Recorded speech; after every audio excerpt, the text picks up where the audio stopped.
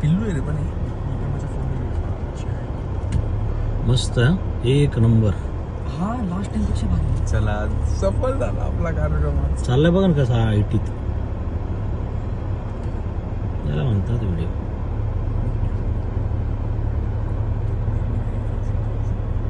आपण पाहू शकता जुन्नरच्या शिवनेरीच्या बॅक साईडला कुसूर या गावामध्ये बिबट्याचं दर्शन झालेलं आहे. रस्त्यामध्ये चालला एकदम आयटीत बिबट्या, जुन्नरचा बिबट्या,